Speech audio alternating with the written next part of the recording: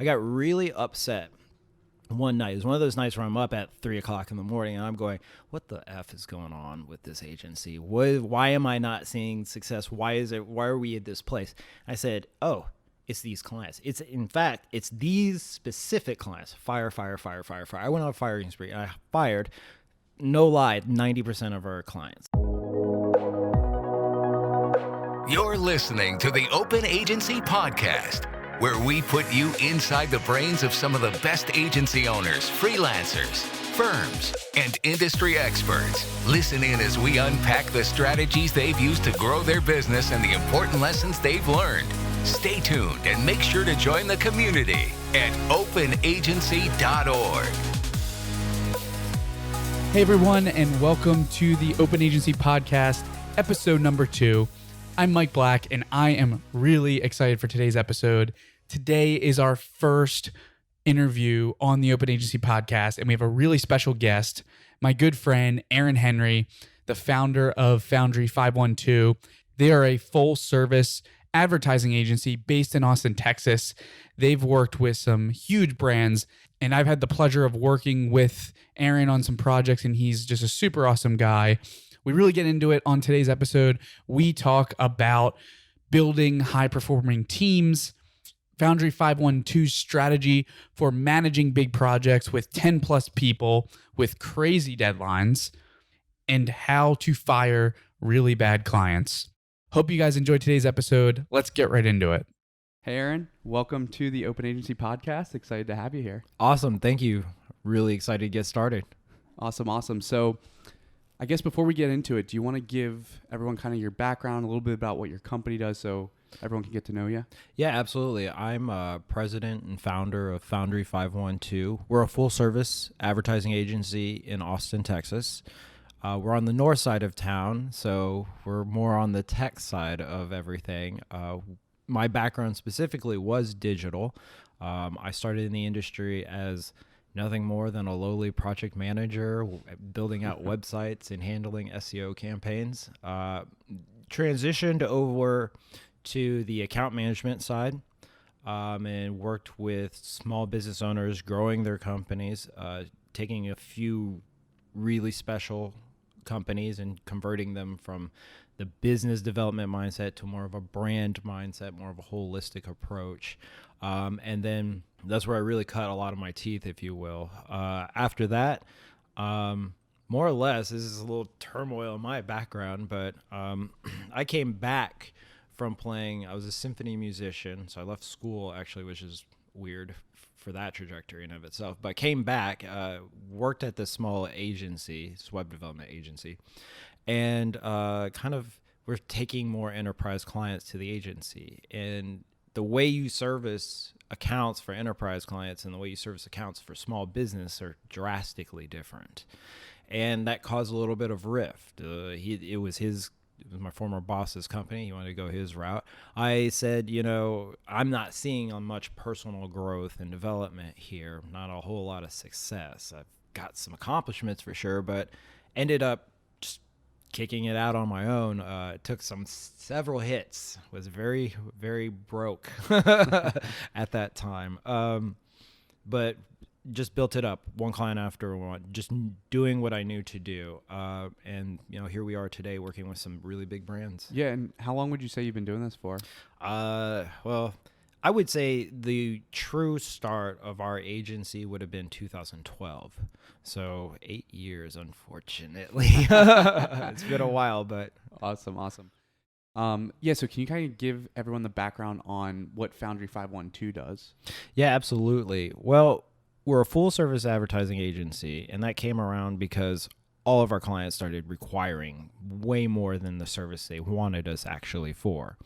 So if it's something like creative, strategy, consulting to some extent, everything from the digital side, web design development, mobile app design development, SEO, social, all the way to traditional TV, radio, what we've realized is that advertising's come around full circle. It is drastically different than it was, say, 20 or 30 years ago, but that's because the technology has been laid on top of everything, and we've all refined the process along the way.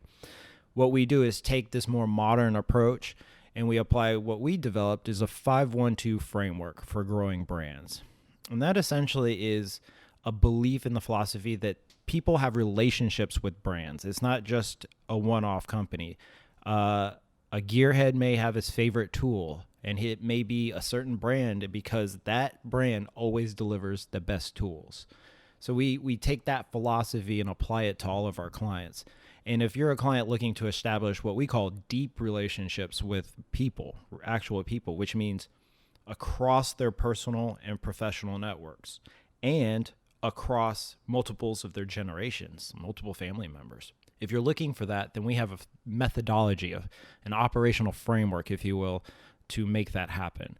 We believe that any brand in the world has to create a minimum of 5 different touch points or experiences that are just outlandishly great.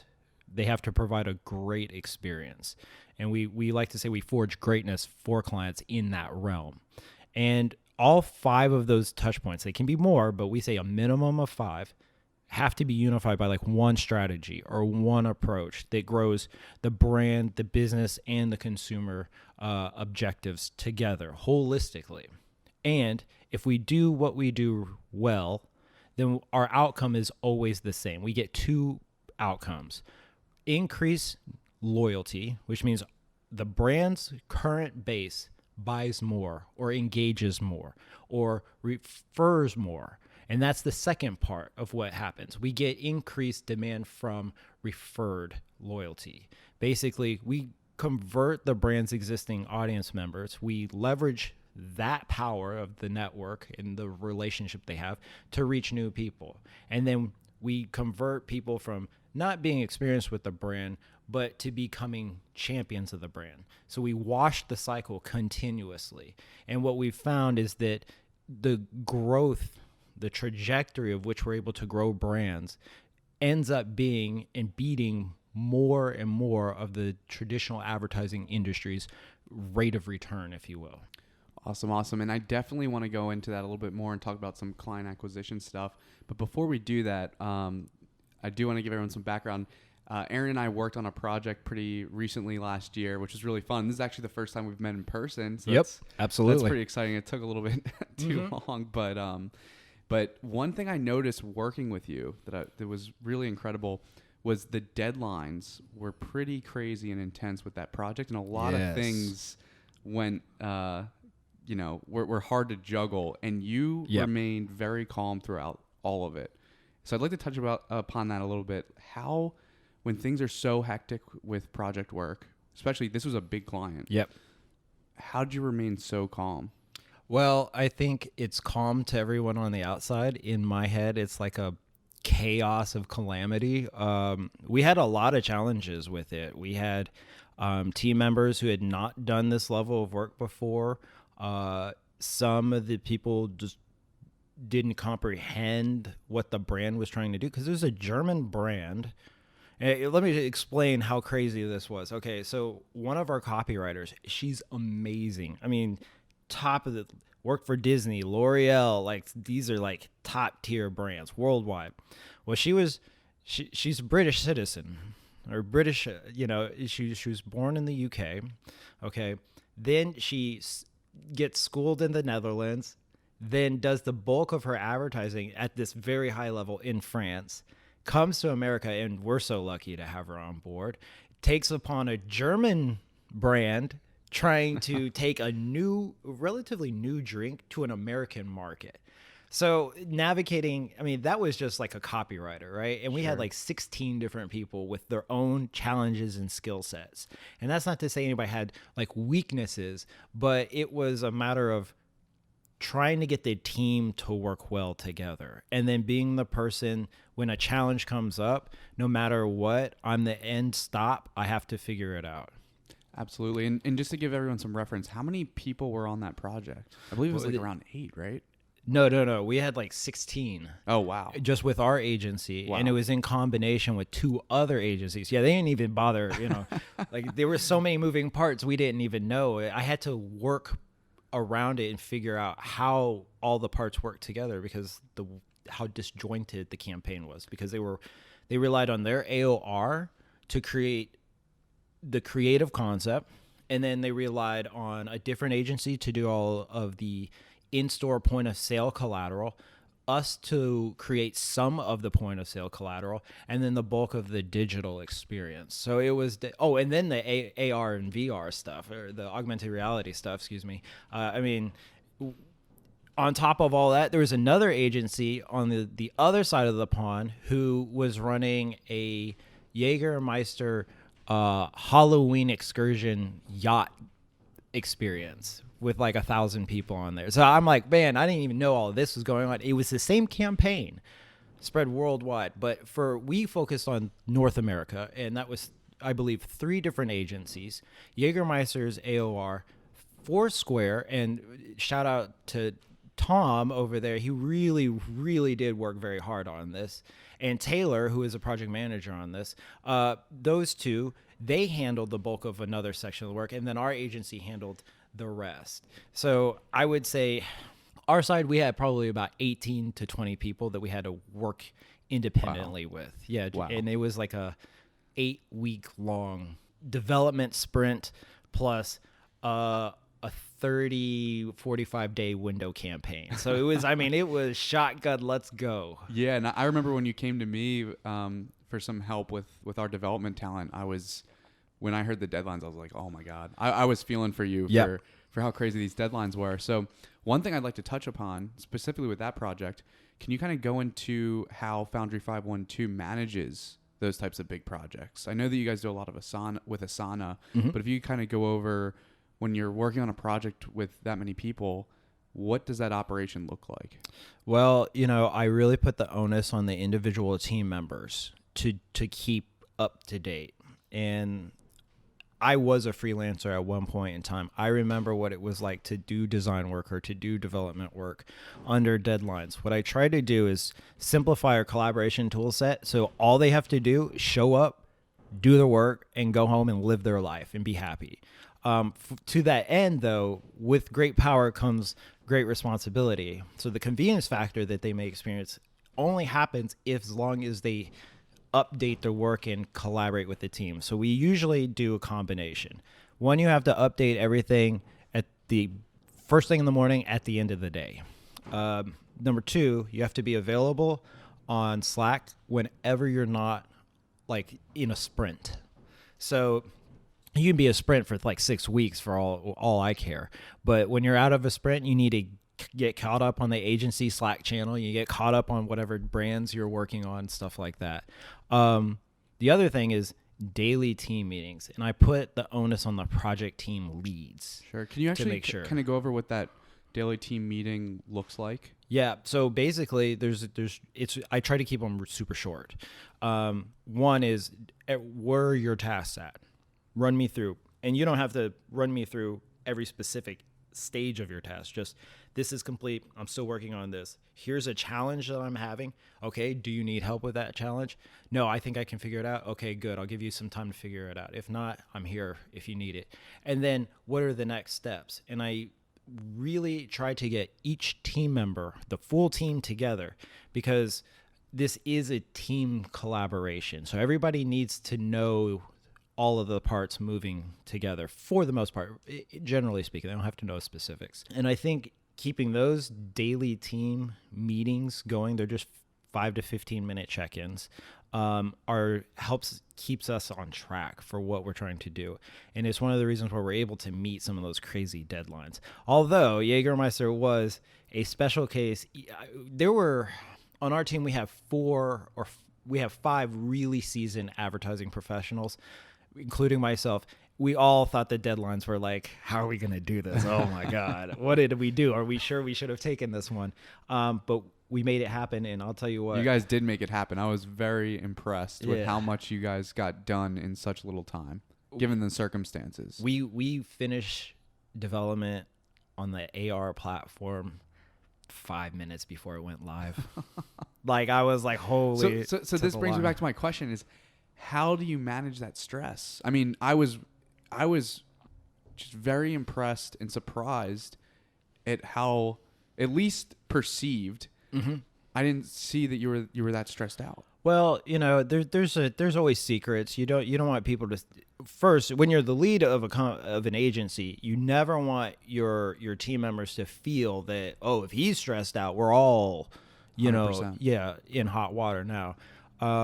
The other deal is I do a tremendous amount of work behind the scenes, like off hours. So everybody goes home and I'm still there working. Or I'm up at 3:00 in the morning because I don't know why this specific designer hasn't turned in their code or hasn't pushed to the repository or something like that. So I would say, and I think my girlfriend would definitely agree with this. There were nights where I'm up, 20 hours of the day, and I go to sleep for like 4 hours, and then I'm checking, Slack and Asana, and then testing things myself. One of the key, I think, for me was just there was some turmoil in the scenes. I'll leave for another time, but I was just absolutely determined that we're going to deliver the project, for better or for worse. There's hell or high water come. I am going to make sure, even if I have to do, and I did. And there's a lot of things like some people did. A lot of my work was in on that campaign. That's crazy. So what I want to do real quick is transition over, because we talked a little before the show about Foundry's client acquisition strategy. So I'd like to go a little bit into detail with that. I know agencies, one of their biggest struggles and things they can improve on is client acquisition. You guys do it pretty well. So I'd like to kind of talk a little bit about the client acquisition strategy for Foundry 512. Well, I don't know if we do anything different that other agencies, especially the guys at the top, don't do. I think we're all in the same kind of churn. I really rely heavily on our team and our accounts team to lead this way. It comes from a personal background, real big on relationships. And I feel that any agency can have great work. There's only so many Lee Clows in the world that can change Apple so many times. So the rest of us are more or less dependent on doing stellar work whenever possible, and relying on, just good relationships, strengthen the relationships. The work, if we all put the tops of the top together, everybody's going to do amazing work. So how else do you stand out? Sure. In my experience, it's managing the relationship and making sure, one, that the goals are met. You're doing what you said you were set out to do. The work is going to be stellar. So how does the client feel about the relationship and with you? Because there's always going to be someone else coming in. I can do better, or I can make you more money, or I can get this done cheaper. All of those arguments fall flat very easily when the person goes, yeah, you probably could, but the grass is always greener on the other side. Sure. So I apply, at least I like to think I apply, some principles of what I've learned dating, as an adult and having relationships, and applying that to business and saying, if my significant other likes to be treated this way, I'm sure my clients would too. And applying a lot of the more nurturing type and educational parts of the account management and relationship, and using that to build. And specifically what I mean is most of our business comes from referral somehow. What percentage would you say of the business is referral based? I would say probably 65 to 70%. Wow. We have campaigns. We're found online. We're great at organic search, local search. We do have active social campaigns going on. We win awards. We're in the press. I personally write for Forbes. We get a lot of notoriety, but what ends up happening is the good, most ideal clients that we have, the ones that actually pay the bills, end up coming because we have done previous work that was really good for another client, and somehow they learned about it. There's a million ways to track that. I almost don't even care anymore because it's just so much else going on. Yeah, but it is the tried and true recipe for doing good work, maintaining good relationships, and the work will come. Now, that's not to say if you build it, they will come. You have to work at it. Yeah. And I think for us, what we've done is hired strategically in areas I want to see the agency grow. So earlier we talked about how I silo the accounts team, based on their experience and what they like to do. So if you want to be an accounts guy that targets specific types of brands, as long as you can handle that level of strategy and what they require, then go do it. If you're a niche guy, if you're a government nonprofit guy, it doesn't matter. I'll fill in, but I may have someone pull back if I don't feel like a specific client is ideal for our agency. Sure. I actually want to dig a little bit deeper into how you go about hiring those types of people. Before we do that, though, I do want to continue on the client acquisition discussion. You talked about inbound and how some of your articles are being found. You write for Forbes. Can you talk a little bit more about that? What is the inbound strategy for Foundry? Right now, honestly, I'll just be frank. We're a small agency. There are huge agencies in Austin too, and we all work together. They're great. I am personal friends with. In fact, it's a little bit crazy because a lot of those big agency guys now work for us, and we're going, which tells us we're growing in the right direction. But what we try to do is. This is the client acquisition, right? Sorry, I almost lost my track. No, you're good. Okay. Client acquisition. We're constantly focusing on reaching the next client that we can grow at our level. We're not shooting for the giant fish. They have everybody. We've segmented the market and said, these are the types of clients we can actually service.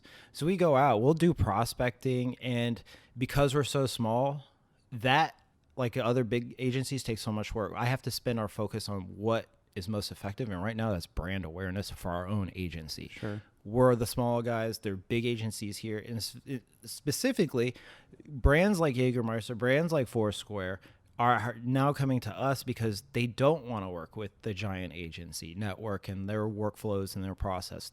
They have it because it's that good. Don't get me wrong. But for us, we flatten the team structure a little bit, and everybody in the agency world will know what I mean. Like, you don't always have to have a project manager, 3 developers, 2 designers, and 14 copywriters. Sometimes less is more, right? And in those cases, what I call we flatten the hierarchy or flatten the agency structure to provide a more cost-effective solution to reach those bigger clients. Yeah. So with that being said, maybe an agency owner that's a little bit smaller that would love to work with a Foursquare or a Jägermeister, what would your advice be to them to get to the point where they can start working with those bigger companies? Make sure your capabilities are there. I mean, and be objectively honest. I'll be square. There are things on the Jägermeister campaign that I was not happy with. And I'm sure that everybody has their opinions on it. But make sure you're objective in your work and the quality and capabilities that you actually have. When you're objective, then go full force and to lean into it. And they specifically told us they had seen us and they found us online on search. So there was a combination of they were looking for a solution and that they had seen our work and thought this agency knows what they're doing. I would say if you're a small agency, just like us, brand awareness, getting your core, the people that actually decide to hire you, to notice you and to notice your work. I would love to work with a Coca-Cola, a Nike. Are we there yet? Not yet. Maybe we could do a small campaign and knock that out of the park. Yeah, but the full thing, no, we're just not there yet. Those guys are amazing. Those guys, in part, kind of set advertising industry standards. But for us and what we've learned, brand awareness, if it's writing in Forbes, if it's getting noticed at CES, if it's being at South by or something like that, just getting them aware of you and then figuring out how to build the relationship around it. At the end of the day, they have a project or a campaign. They're going to shop, especially if you don't already have a relationship. You go back to the RFP process. So they're going to shop 3 to 5 agencies no matter what. Sure. So for me, it's like speed dating, if you will. How quickly will you like us? Sure. Sure. And yeah, I don't want to be too eager. I'm not trying to propose on the first date, but I am trying to say this little something on the side, I feel it. So going into, again, I do want to touch on hiring, but you mentioned RFP. Mm-hmm. Can you guys talk a little bit about your RFP process? Because I know you get a good amount of business from that. We at Told Media have never touched an RFP before. So can you kind of talk about how you go about finding the RFPs and how you decide which ones you want to take, as well as who on your team is responsible for applying to the RFPs? Yeah, absolutely. Well, first, congratulations. I wish we didn't have to do RFPs. That would be amazing. But for us, it's part of the game. The first thing is we have a specific accounts team silo that handles RFPs. Generally speaking, we classify RFPs into nonprofit and for-profit. For-profit follows more in line with the accounts teams that are more accustomed to the pitch process, and that's a whole other thing for agencies. But specifically, these RFPs are usually like government, education, nonprofit, something like that. In our experience, we know we can only service certain types of projects. Unfortunately, I would say 95% of the RFPs that come out, at least for development, design, marketing, advertising work, it doesn't meet most agencies' muster. There's not enough budget, or there's a timeline constraint, or the requirements are crazy. You end up saying no. So we have a really good filter place. The filter that we put in place has two major advantages to it. The first advantage is we don't allow not profitable projects, or projects that are just going to drain our overhead or our energy or irritate one of my team members. We don't take those on. We kick them to the side. That keeps us profitable. The other side is we don't have to be dismayed by hearing no so much, because we're the ones saying no. I see. And I get the team members to understand that no is good. No frees you up for the next thing that's going to come right in the window, because it's so interesting, because you don't want to pat yourself on the back, but at sometimes when you tell your agency something's going to happen and it just does, you kind of say you Babe Ruth did a little bit. And that's what happened with Jägermeister. So we ended up killing off. I got really upset one night. It was one of those nights where I'm up at 3:00 in the morning and I'm going, what the F is going on with this agency? Why am I not seeing success? Why are we at this place? I said, it's these clients. In fact, it's these specific clients. Fire. I went on a firing spree. I fired, no lie, 90% of our clients. Wow. When was this? This was 2017. 2018, excuse me. How did you make the decision to go about actually executing that? Because you hear a lot about people talking about go and fire clients that take up too much of your time or just don't fit, but to actually go and do it and fire, you said 70% of the clients you're working with. How did you go about deciding these are the ones that we have to fire and these are the ones that we're going to keep? Well, I think it started with a personal belief that I wanted to do better work, and I wanted our agency to do better work, and I wanted to build something that cultivated this culture of creativity, execution, and just nurturing and development of the whole creative mindset.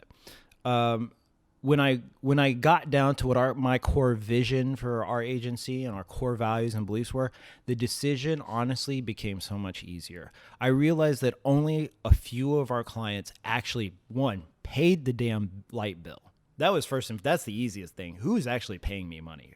Number two is who's allowing me to do better work? Who's giving me the opportunity? I paid my dues, and I have room to grow. Our agency has room to grow, but we're done with doing the low revenue, small jobs that are kind of that's how you pay your dues. Absolutely. We've done it and we've made results. Then the third part is, do these clients actually fit our vision and objectives and goals for the future? All the ones we fired, they didn't. They were low paying, highly irritating, very demanding, and it's because it's not personal to these clients. They're in their own world. They have very little time. It's just what it ended up being is we grew just like any relationship, and they hadn't yet, or Sure. we grew apart instead of together. However you want to word that, it just no longer became a good fit. So the agency pressure was boiling amongst the team members, and my guys are so sweet and so good because they don't really want to complain about work because that's how they pay their bills. But I noted it. And when we had some of these clients getting mad over success, I was like, that's it. I'm stressed. I'm up at 3 o'clock in the morning. My personal life is being affected well beyond being the owner. You know, there's demands and stresses with that, just like anybody, but this is too much. So I got fed up really one night, just pulled out my calculator, did quick numbers. I was like, can we afford to do it? If I fired everybody tomorrow morning, can we afford to do it? And I said, barely, but yes. Wow. So the next morning, I went in and drafted up my plan of action on how to fire these clients. I was not shy about it. I sent them an email saying we need to talk. And basically, here's the summary, and I'd like to rehash everything. And I just was very frank, and I said, you know, on the relationship we had that weren't great, I made an objective. I went to the account management because this affects their revenue, their pocket, their paycheck. I said, does this relationship matter to you truthfully? Like, is this a brand? I gave them the option. If you feel stronger about this relationship with the brand than you do with us, I will happily give you the recommendation and send you on your way. What we ended up happening is everybody basically said, yeah, I'm tired of the relationship too, Sure. which is great. So everybody was okay. So I had that conversation, and they were all phone calls. No one wanted, this is a telltale sign it's a bad relationship. No one even wanted to see me face to face. I make you millions of dollars. I'm the head of the agency, willing to come down from my supposed throne, right? And to speak with you directly.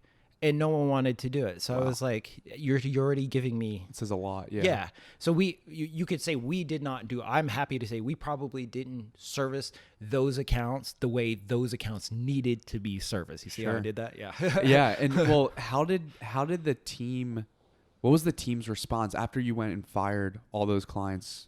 What did you notice with how the team responded to that? I noticed, to be perfectly honest, some initial like, oh my gosh, we just did that. You know, what the hell is he doing? I totally get it. But a week after it was done and everybody came in and had their first normal day in like 7 months, I went around. I was like, isn't this nicer? You're getting paid the same.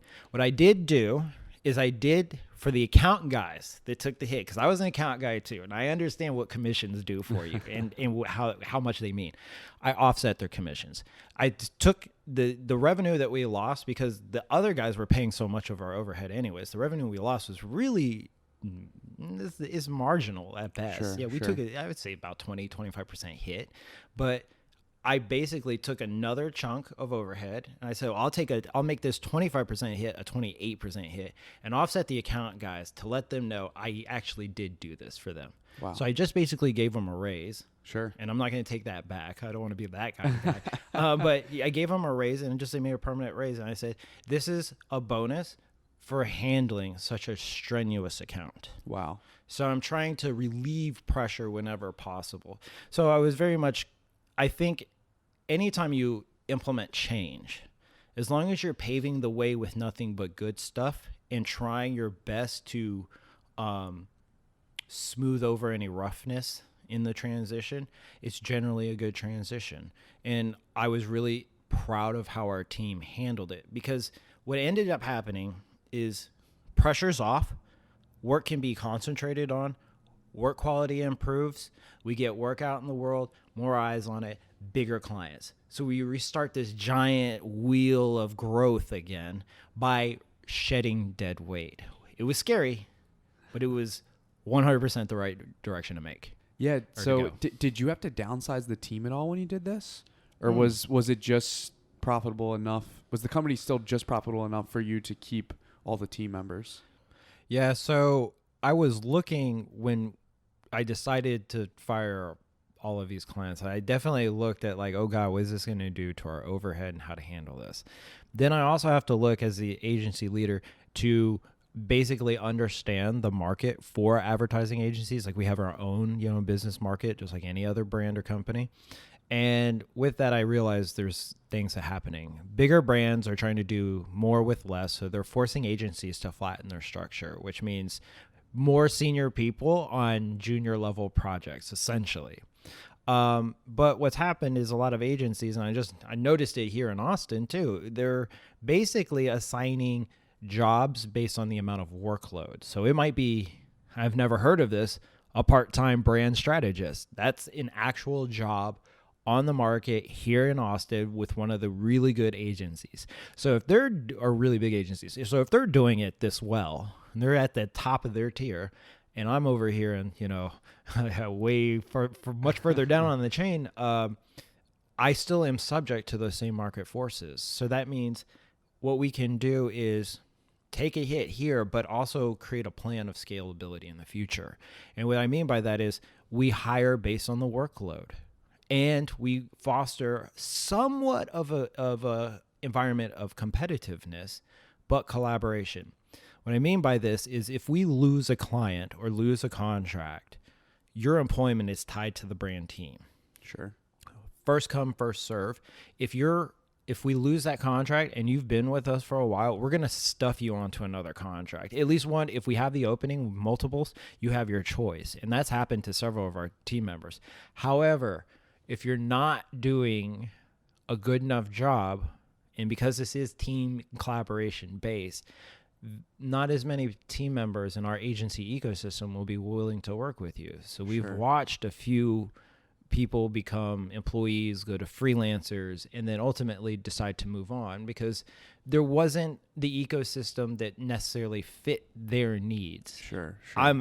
We're all, imperfect, so I won't be able to keep 100% of everybody. But putting this plan in force meant I almost don't have to fire anybody. I can avoid a lot of. I'm not trying to avoid, but I don't want to create conflict where we don't have to have conflict. Sure. And this person will understand that what's happened is market forces at play, not personal feelings. So there still is mentorship. There still is tutelage that we do, and we try to help people where possible. But in one case, in the Jägermeister case, one of the team members actually didn't meet what we needed in terms of experience and capabilities and execution, and that threatened to derail the project. So having this system in place meant we could take care of them, they're paid, and we can go on in different direction and maintain execution of the project. Sure. So now that we're on the topic of hiring, let's go into the Foundry 512 hiring strategy. So what does that look like, especially for, we'll call exec level or higher managerial type positions? What's your hiring strategy look like, and what do you look for in those people that you're bringing on? Oh, yeah, that's a great question. The strategy is I decide to grow the agency. So when you want to grow any kind of organization, you almost, there's a principle about hiring ahead in the direction you want to grow. So for me, account management's real big, so I put a lot of onus on hiring really good account execs. The other deal is I put a lot of onus on execution and mentorship on the team leads. They're working with juniors and a few seniors that are still being nurtured in their career path. And when you say team lead, what does that look like? What is that person's responsibility and maybe some of their background? Yeah, so it could be a team lead. It's everybody has their official title, but the team lead title, it might be a team owner or a project manager title, is more or less the person that's in charge of delivering the specific deliverables. Or if it's a campaign, the team lead might be a creative director. If it's just a website, the team lead might be just a project manager. Okay, so are they, would you say more often than not, are they typically, we'll say technical, where they have the technical experience, whether it's development or design on the project that they're on? Yeah, they have, typically the team lead has a core component experience that makes them the absolute right and best choice for our agency to allow them to lead the project and to execute. So in a development project, a project manager for us would need to have really deep understanding of front end, back end, and stack development. Oh, so they're kind of full circle, these team leads. Yeah, they don't have to be, there's no way you could be a specialist in each silo of expertise, but they need to have a very good understanding of how these silos work together. They are the ones in charge of making sure the experts on their team are aligned to deliver the solution. So it could be a project manager that has done CRM, ERP development. It could be a project manager that's done AR, VR development. Okay, and they're not necessarily the most senior person technical wise, but they do typically have full circle experience on what's being worked on. Right. Yeah. Unless I have to admit, unless the project is highly technical in nature, and we do have some of those, and that's where Makes that sense. technical person does take lead. Makes sense. Yeah. Gotcha. So getting back on track to the actual hiring strategy, when you have a new opening and you're looking to bring on another executive, someone that's managerial, what exactly are you looking for in someone that you're bringing on to a position like that?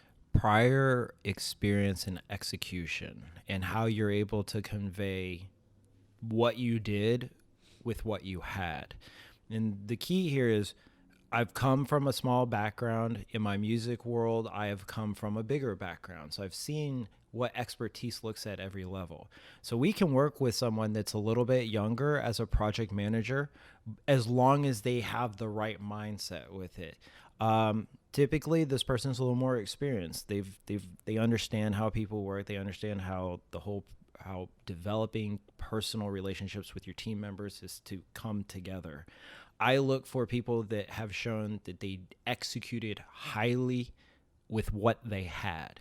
You don't have to have $1 million budget to show me that you were able to do Travelocity's, customer program or their online booking system.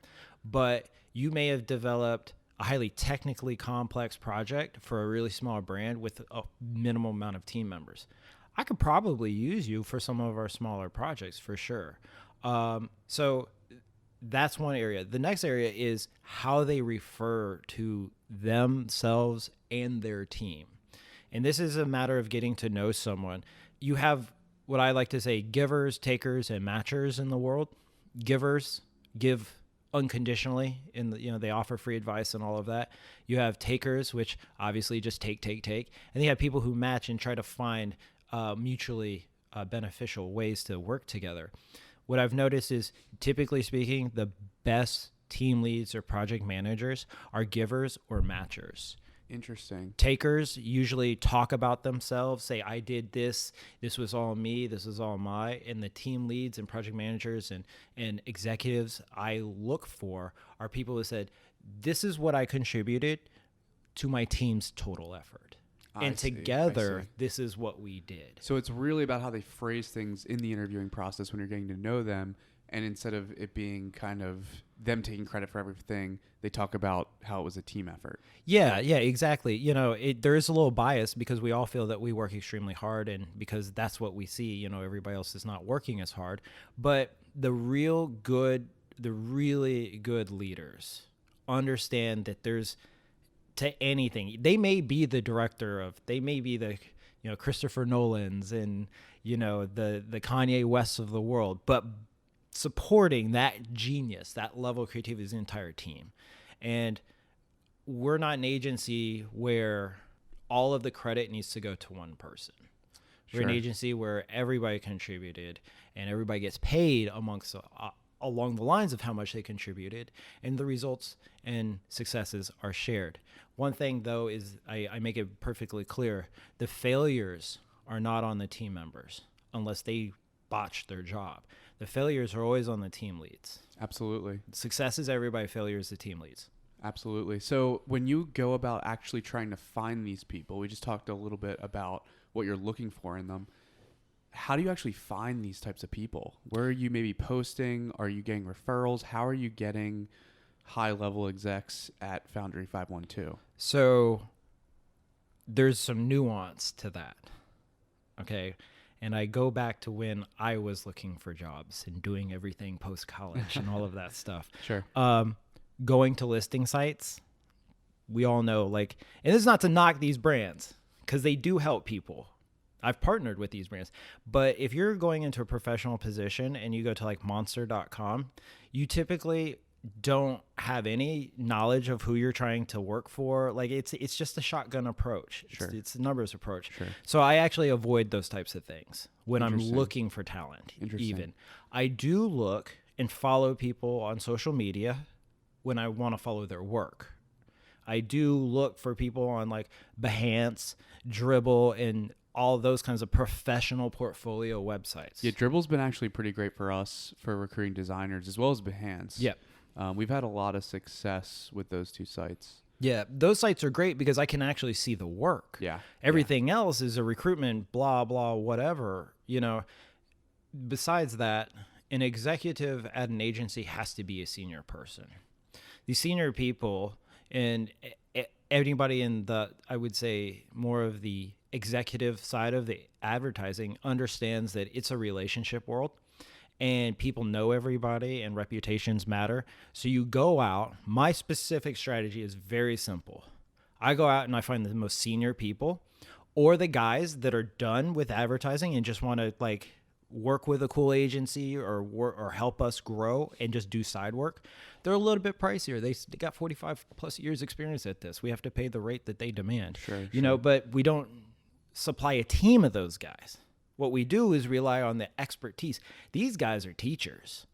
For me, this is the cheapest, highest level education I can give the entire agency by bringing on a guy that has all of this experience. And I get to those guys by knowing other guys. And I get to those guys by going to the professional organizations, being a member of the AAF, being a member of 4As, writing for Forbes, you know, all of these other things. I'm constantly trying to cultivate a relationship. And in an area I want to hire, especially executive, I'm looking for that prior execution and that guy that's really hungry and is passionate about everything. And I mean everything about the whole life. If you're not living, eating, breathing what we do, then go to a firm where you can have the balance that's right for you. Definitely. And it sounds like the strategy of Foundry 512 is to spend a little bit more on executive talent because you don't just look at that as, hey, I have a really good executive in my company now, but also the amount of learning that kind of gets trickled down to all the employees under that executive. You think the paying a little bit extra is definitely worth it. Yeah, because this person, you know, in my experience, straight up, our executives only work with the top brands in the world. And they bring what these clients expect. They bring the execution down. And then all I have to do is say, hey, you know, they're learning. The team's learning. They're talented. And what I realized is they almost didn't matter how much I paid them. They just totally thrived on cultivating the next generation. They loved the collaboration. It reminded them of where they were earlier in their career and how fun it was. Their bills are paid. Kids out of college. This is Sure. This is so them and their significant other can take a trip around the world, you know, in the summer. Definitely. So I coach them and I say, hey, you have to distill your knowledge. When we hired and recruited you, we paid you this rate because I'm paying you double, but you're doing 4 times as much work for our agency. And that comes off as education amongst whatever silo it is. So this is the fastest way I can train our agency on how to service the biggest brands in the world without already have been there before. That's super, super interesting. So from what I understand, you're not recruiting people, say, from other agencies. You're recruiting people from, you know, companies that have already done this at corporate, you know, in a corporate setting. I mean, there's always a revolving door with that. So like the CMO would be one, you know, some CFOs, some CTO. Well, I would say more CTOs than CFOs, to be honest. But we look for those guys that are semi-retired, but we do look for other guys in the agency world that have a reputation. It's just a matter of, are we the right agency for them? Just as we're looking for the best executives for us, there may be someone at McCann or TBWA that sees us and goes, yeah, no. You know what I mean? That's how it works. Sure. And we're just at, even though we're not at that level, maybe one day, we got to hire the executives that understand what's happening. And those executives, few of them do come from the agency world. A lot of them they're done with the high pressure agency world and they want to step down. And I think our copywriter was, I mean, the example I gave you earlier is one of those. World-class talent. Why do you want to work with us? Because I love you guys. And I was like, then that's our biggest collateral. You know, that's the biggest thing we have that we could leverage with recruiting not only just the executives, but all of the talent too, Sure, and all of the sure. creatives.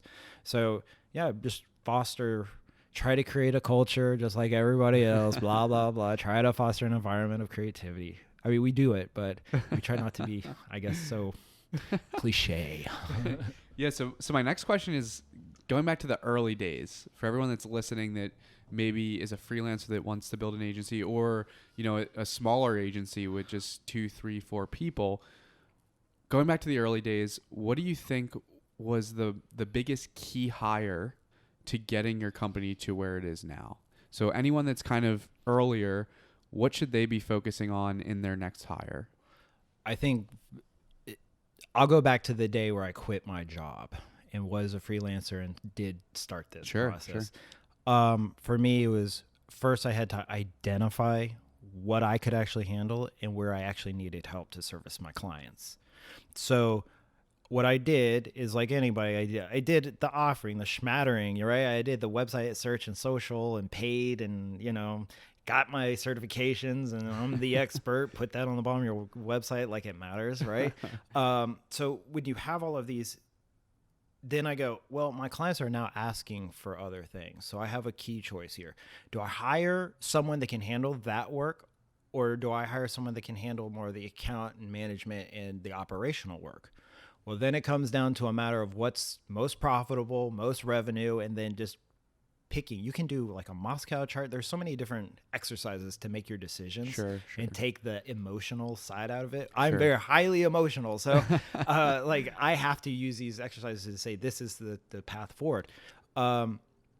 When you have this decision-making framework, if you will, then And when it comes to your decision-making framework, you said you use something called a Moscow framework? Moscow chart. Do you mind kind of going into that for anyone that doesn't know what that is? So basically, it's just a way to chart decisions. You assign like how probable something is, how feasible something is, and how much you actually want to do it. And you assign a number between 1 and 10. And it could be something like, I want our agency to be a viral YouTube creative company. Like, I'm thinking there's a company here. I just can't remember their name. Well, anyways, I want to focus on this type of content creation. For us to pivot all the way to there, it may be highly desirable. So I'll give it a 10. And it may be feasible. We may have all of the equipment or be able to partner with someone, with a studio that can make it happen. I'll give it a 10. Okay. But it may be not very desirable, or well, hold on. Desirable, feasible. I forget now. But the last stat is it just may not be the best fit. So we average these numbers together. Sure. Okay.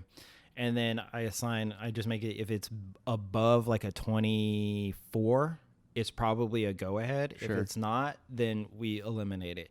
Maybe we can revisit sometime in the future, but basically the Moscow, and there's a bunch of these out there, and you can do different, like it's a chart and you can like draw on it and sure. But there's a million of them. If you're looking for more of them, you just Google decision-making frameworks and like operational. Moscow comes from, well, I could be wrong about this, but I believe it comes from the advertising world. And it was just a decision-making framework that some of the guys at, I believe it was Razorfish, came up with to quickly train new people. It's not the best way, but it's when you need to make a decision quick and you're like, I can't figure this out. It's one of those exercises that helps you. That's super interesting. I'm actually going to look into that myself because, as you know, it making decisions quick is pretty important when it comes to running an exactly. agency. So let's transition real quick because I do want to talk a little bit about what you think Foundry 512 does best as a company. I think we are really good at shaping up the strategy that connects the brand, business, and consumer objectives to the final results. I really think we understand our clients extremely well because we take the time to actually get to know them. Some projects, there's not that time. So you have to rely on, your previous experience and quick check-ins. But what we really do is try to understand what's behind the scenes or between the lines of the client saying. They're telling us everything that every other agency is told. What are we going to do that's different? How can we anticipate their needs before they even have them? Not to serve it up before they need it, but to have it ready should they need it. And that could be, making sure a report that they didn't ask for can be emailed over in a moment's notice. It could be, oh, how about we go to one of the random locations or retail outlets that they have, go in there and actually shop their store. We'll pay for it. It's fine. You shop their store and experience what's happening and then report back to them, even though they don't ask for it, and say, I was in your store shopping, and what I noticed is we couldn't do X, Y, or Z. So I noticed within the technology stack that you have, if we implemented these features, because I saw 12 other people behind me not able to do the same thing, if we implemented these 12 features, I think we could generate, $3 million more in revenue by giving a new way to check out. So it sounds like you guys are really focused on two things from what you just explained. One is the business objective and really understanding the business. Mm-hmm. And then two is just over delivering, just doing more than is actually required to gain that trust and impress clients. That's a good insight, because I always just assume that's how you deliver. And I've trained our guys just to love what you do. And in any relationship that you have, you need to love the other person or entity in order for that relationship to flourish. So our team members need to love the brand or love the business or the account that they work on. If they love it, they'll do the over-delivering as a normal byproduct of just doing good work. So that's pretty interesting. So how do you instill that into team members? How do you get, because having over 15 people on our team, it's not always easy to instill that in people. So how do you do that with the culture you've built at Foundry? I think we do it by celebrating executional greatness within success of the greater project and campaign. And what I mean by that is we were launched campaign, Jägermeister campaign, super successful. I and any other team leader needs to go to the individual and pick out things that were great, that everybody did. It could be like, oh man, this effect you did with the shadow and the lighting on this hyper realistic photo that we had to manipulate. That was fantastic. And tell the person very pointedly and with enthusiasm that their work was stellar. By creating that and everybody reinforcing that, what it does is it creates this intrinsic value. So they go back on the next project and want to execute at a higher level. We also are highly competitive. Just like anybody, our work's judged harshly. I think everybody's work is judged harshly these days with outreach and council culture. But we do go out and we look and see what is our competition doing. And we try to pull it apart and distill when we go into the pitch room or go for a proposal that we are the absolute best. And we try to say, that work wasn't good. I'm going to go and watch. And this is what the mindset I had in Jägermeister. I'm going to deliver this. I'm going to take complete ownership of the result, not the execution, the actual result. The execution is going to be amazing. We try to instill that level of confidence. Not everybody's like that. And we don't push people where they're unwilling to go. Sure. We let the market forces of the agency handle that. Always a nurturing hand, never a stick in the other hand to create this environment of what I like to call creative excellence. It's a little bit competitive, but it's highly nurturing. And it's only to celebrate the individual victories. Because as an individual designer, developer, strategist, whatever you have, when you're contributing a small piece to a large puzzle, your contribution gets lost. And appreciation for your contribution, I think, this is my theory, maybe I'll chart it somehow. I think that is what is ultimately the driver of that whole environment and getting people to be motivated to wake up the next day to do something greater, not just great. Absolutely. So I guess the last question I have for you is, what's next for Foundry 512? I would say directly on our horizon, we may be going on a quick, I just ran the numbers this morning, so I'm doing my own Moscow chart on this, right? Exercise, excuse me. we're probably going to be hiring 4 key hires in different areas I want to see the agency grow. Simultaneously, I think we're going to be establishing a new physical location for everybody in Austin to centralize under one umbrella. And that includes bringing a lot of our part-time guys and maybe some of these, and not maybe, but some of these freelancers that are working on the brands really closely with us, all under one umbrella, all under one house, one creative environment, targeting bigger clients. We're running a campaign for you, anti-smoking campaign right now, which is huge. You've probably seen commercials and radio spots going nuts. We got roped into that one too. That's going to be successful. We also have some really cool website platforms that are driving interest for, like, say,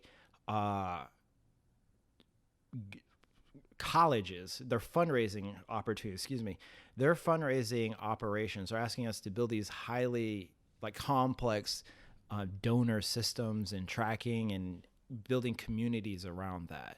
We're also doing more AR and VR work, and we're experiencing more campaign work versus project work. And that's the direction I would like to see. We do project work, build the website, build the mobile app, whatever, the point of sale system, build that out, and then translate it into a campaign. Like, basically, we're saying, here's the core components of the campaign. Now we're going to do all the creative to run the campaign. So we're transitioning. You're seeing an evolution of an agency, a small agency, go from project-based work to more of a retainer and alternative compensation model. Sure. We even have this isn't going to happen, for like 3 years, but we even are in accounting for an acquisition strategy, buying another agency to absorb their client base. That's actually really interesting. That's something that I've been looking into a little bit as well. And the reason for that was actually because, agencies don't always have the best multiples on exits. And Right. Some people look at that as a downside, but if a big part of your strategy is acquiring other agencies, that can actually be a huge upside. That's what as the a big guys company. are doing. Yeah. Yeah. It's pretty interesting. And when there's an agency that's maybe smaller or, maybe a little bit larger, the multiple sometimes isn't that big. So it's interesting. So this is something that you guys are looking into doing moving forward in the next 3 years?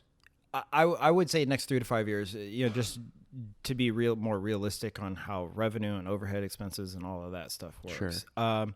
The real impetus for this was we can do all of the last mile account work, prospecting, ABM strategy, all of that stuff. But at some point, it just becomes cheaper and more efficient to buy. So someone else, hopefully another agency owner like myself, he or she will have built up to a certain point, and they said, it's cool, I'm done.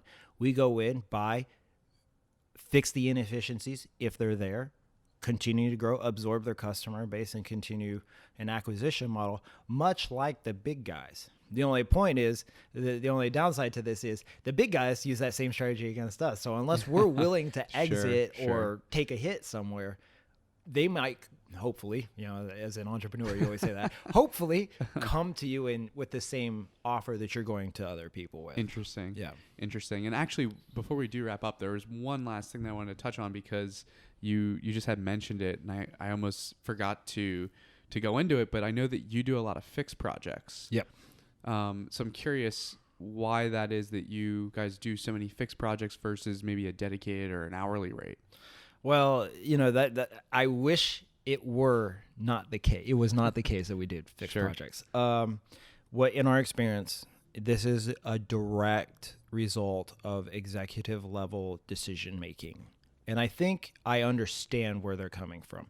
If I'm a CFO or CEO or CMO, I'm given a budget for the year. It's just what it is. And I know I have like X amount of objectives to do with that budget. So each objective is assigned a fixed budget. And for us, maybe we're just not at the level where these clients are there yet, but from all the research I've done, all the other executives I know, even some of the clients that we've worked with are all saying, hey, we want to control our overhead, our expenses tighter than they have ever been before. Okay, I personally don't think there's a lot of fat there, but if you're going to trim something, I better figure out what it is you're trying to trim. So what we notice is they're all coming to us. They have these highly complex projects, but then they'll say, 6 figures or a 7-figure project. And our counter to this is still really tough because it effectively means we have to load balance our development team. Sure. We have to rely on a partner, outsourced provider, or a freelancer, depending on it, on the circumstance. And that reduces margins because at the same time, a client may say, hey, I have a budget of, let's say, $1.5 million. But then they're going to have an audit team that says, you charge us $200 an hour for that developer, but our market report says we should only pay $150. So they'll negotiate down down to this level. They even do so after the work's been done. So Wow. now you have to be really good on your contract to make sure you're not going to you're thinking you're billing out $2 million and all of a sudden it's like $750,000. You're going, what? Wait, what? Wow.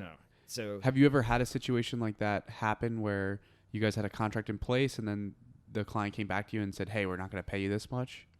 we've had a client tell us that one time. They are no longer a client. It's not only just a gentleman's agreement. We have a contract in place, and I'm really hard on our contract.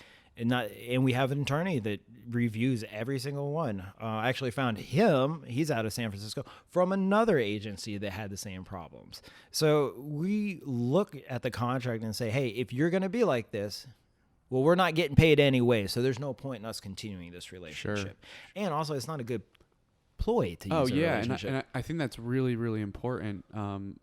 I don't do fixed contracts because we've only had bad things happen when we've done them. And I also know a lot of people that have gotten burned.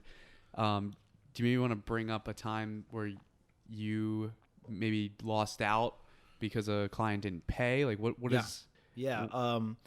Usually, and this goes back. Okay, so there are market forces, and this is advertising. We're directly connected to the business plan, which means any good business plan takes market factors into account. Thankfully, knock on wood, even though we went through a disaster in like 2008 and 2012 and these like economy bubble ups and downs, for the most part, if you looked at the trajectory, things are still pretty safe. We can make the assumption from that business is okay and that we can continue working. What's happened is now, when you understand that the economy is generally okay, then business should also generally be okay. So once you average out these trends, you understand that, hey, if there's something wrong on the business angle, there's an inefficiency on the business angle, not necessarily on the advertising execution. So what we need to do as an advertising agency is help the client understand where that's at, if they don't already do it themselves. And the time we've gotten burned is the time the clients did not understand that. I see. And we got burned pretty good, not for a lot of money, thank God, but we got burned pretty good. We did a whole new website, did rebranding campaign, repositioned Houston's oldest rheumatology clinic. I won't say the name, but they are no longer in business. Interesting. We made them millions of dollars a year, enough to be, when we took the overhead expenses into account and everything else. So we're an outside partner to this company. No matter how good a relationship, I knew the owner, I knew the administrator personally. I don't get all of the information.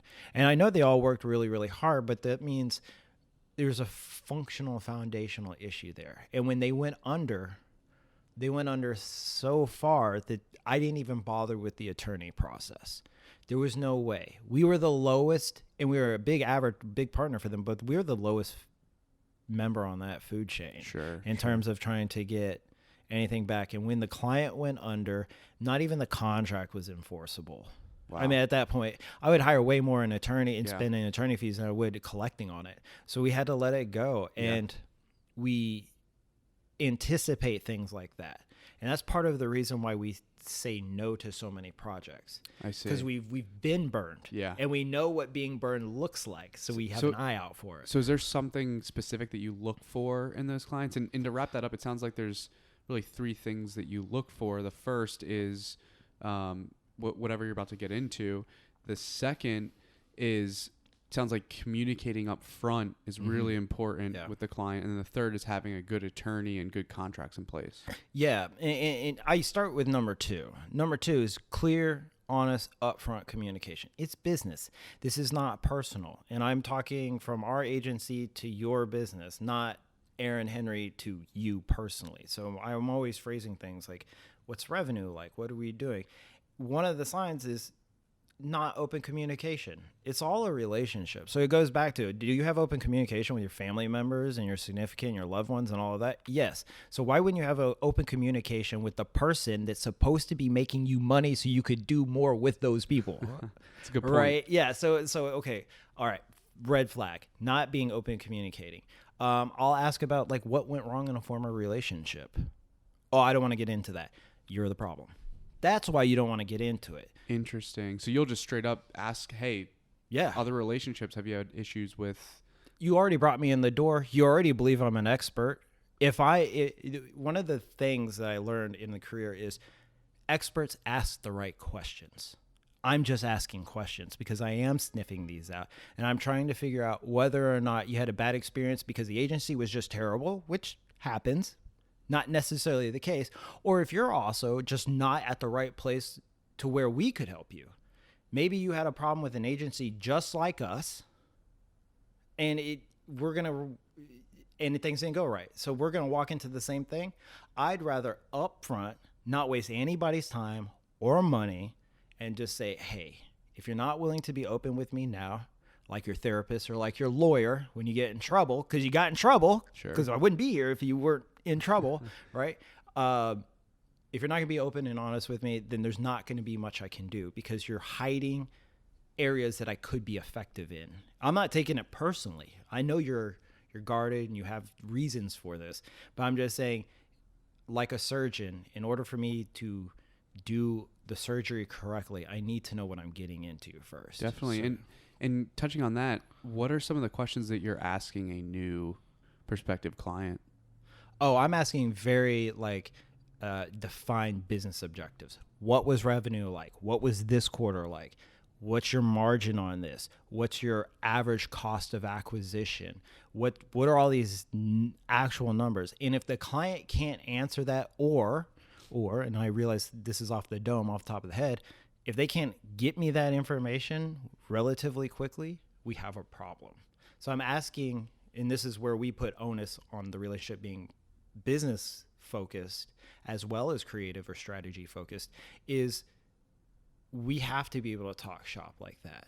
Definitely. I have to be able to measure where you're at now and what my impact or our agency's impact is to your brand.